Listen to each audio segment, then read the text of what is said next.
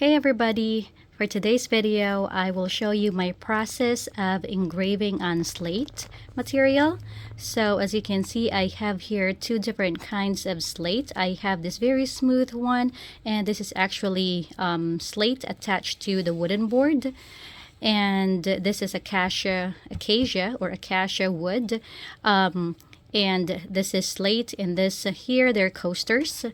And yeah, so I will tell you my process, and I will also tell you my honest opinion and the actual output of the product towards the very end. So please stick around.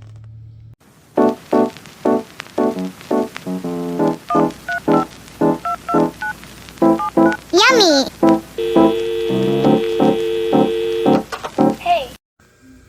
Okay, so for our materials, we are going to be needing a black slate. So for this one, I'm going to be engraving an image on this board. So this is just a chopping board with a black slate attached to it. And also, I am going to be engraving on some of these. So this is a coaster I got from Michael's. And we're going to need also a tape measure just to find the actual measurement of the slate. Same for this one as well. And also we are going to be needing satin clear, and this is a chopboard. We might use it, so I'm not gonna spray this material on this chopboard, but I will use that material, the satin clear, to engrave or to spray on this before engraving.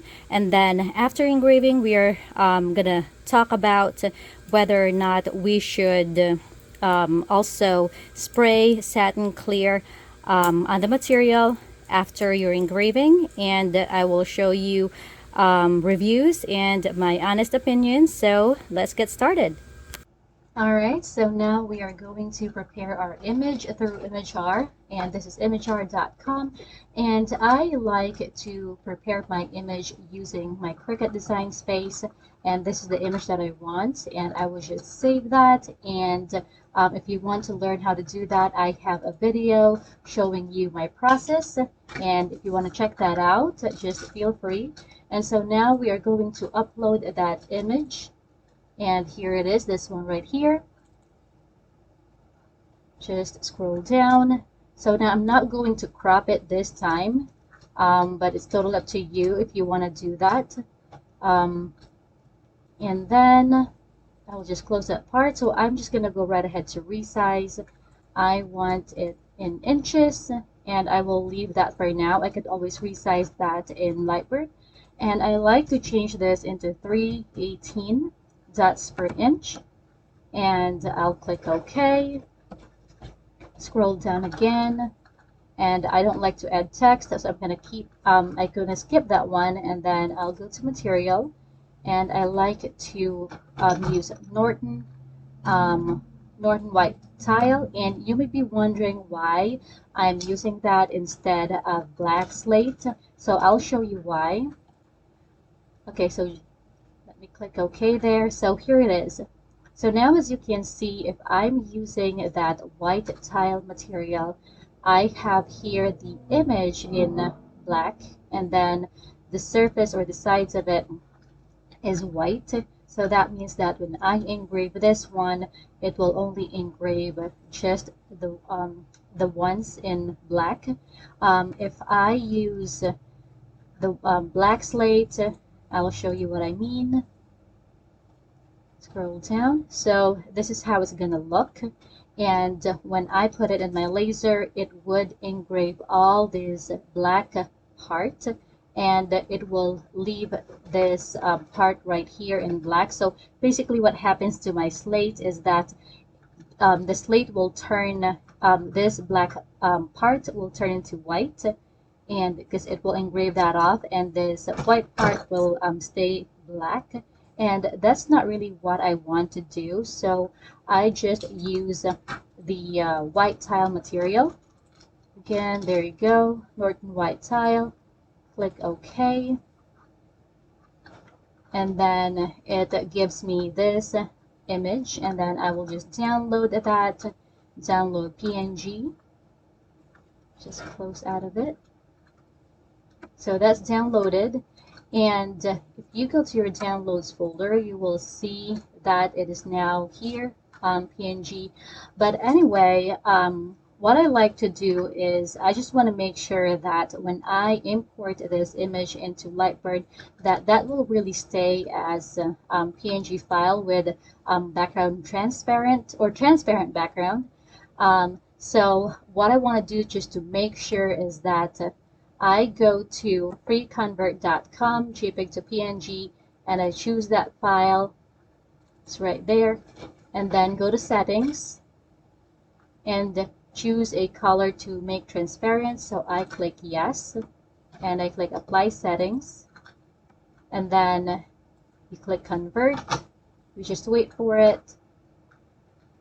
And then you download that file. And the reason why I'm doing that is because extra assurance will not hurt you.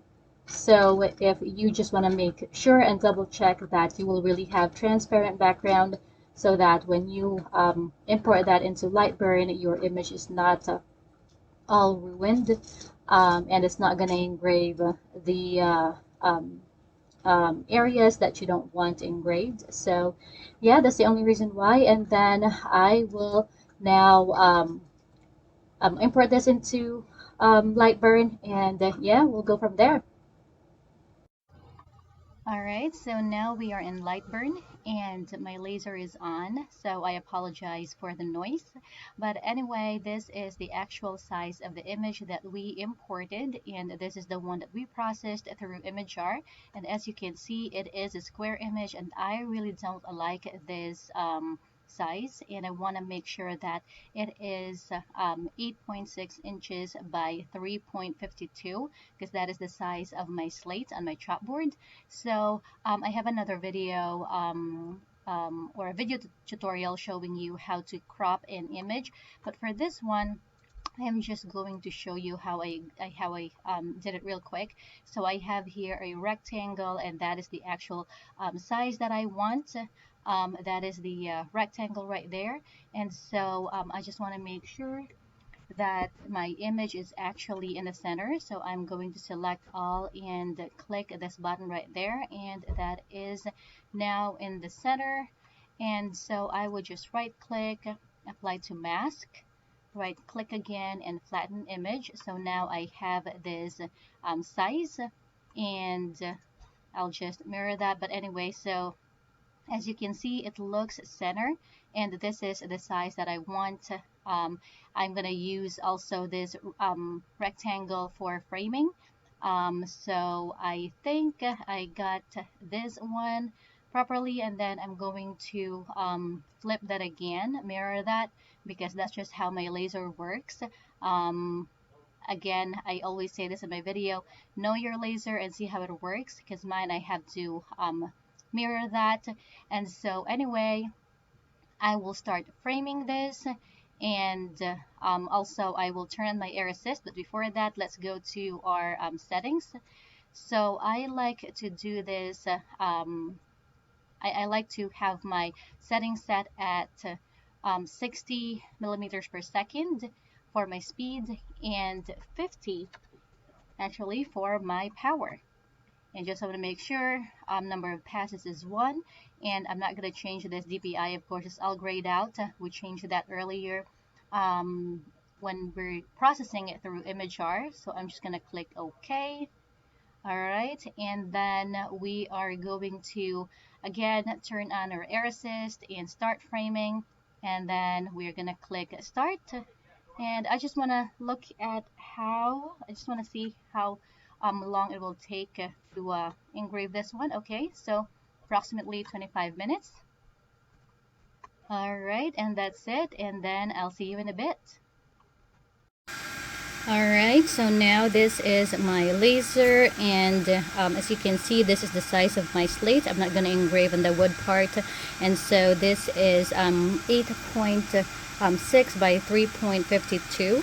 And before I actually start framing, I like to drag my laser manually and just want to make sure that that is actually aligned, and then or square I should say.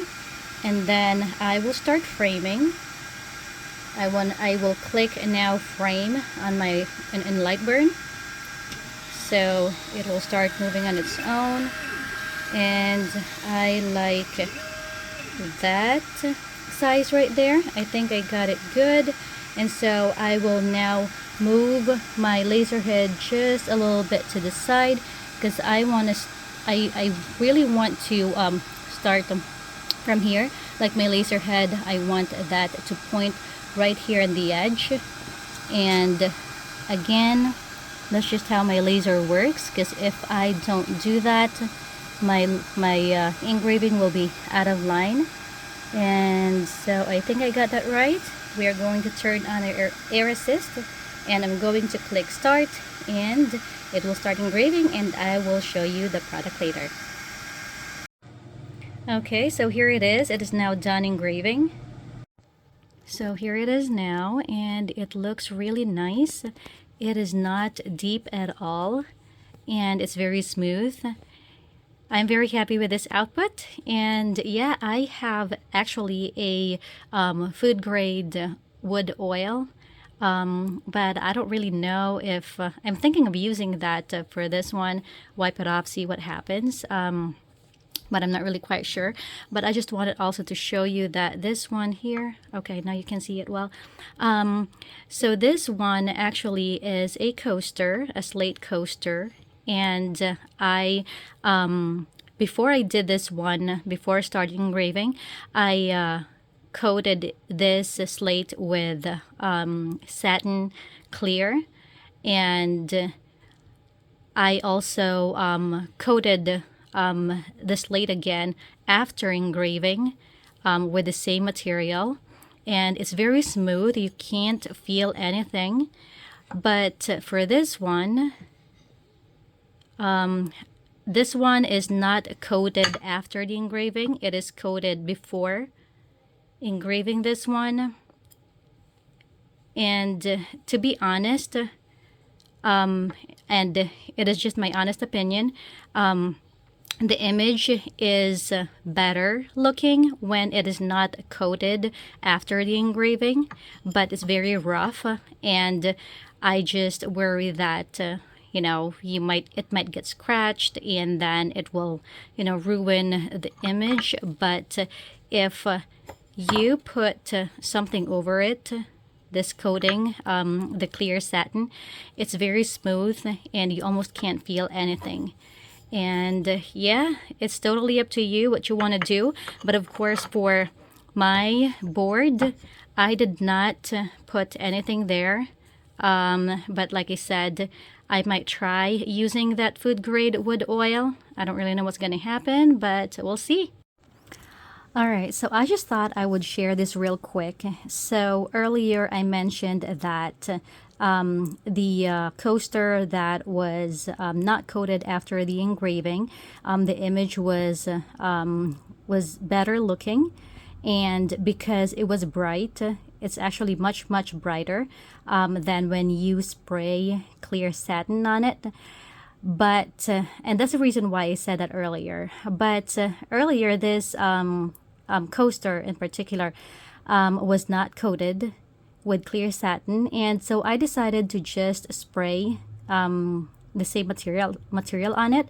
And to be honest, I like this better. I like it sprayed way better, only because you can see the details of the image even more. So earlier, this part right here where there is black side, actually before spraying the clear satin on it, you could hardly see it because the image was really bright, and this could hardly be seen. But now the details of the image is actually showing, and so I think I like this one better. So yeah, that's just my own honest opinion, and it's totally up to you. And like I said also earlier, when you spray it after, it feels so smooth, and it really feels so much better. So Yep, I hope that helps. Whether or not you spray it after the engraving is totally up to you. Either way, the product is, or the final product is really good. So yeah, good luck and see you later. Bye.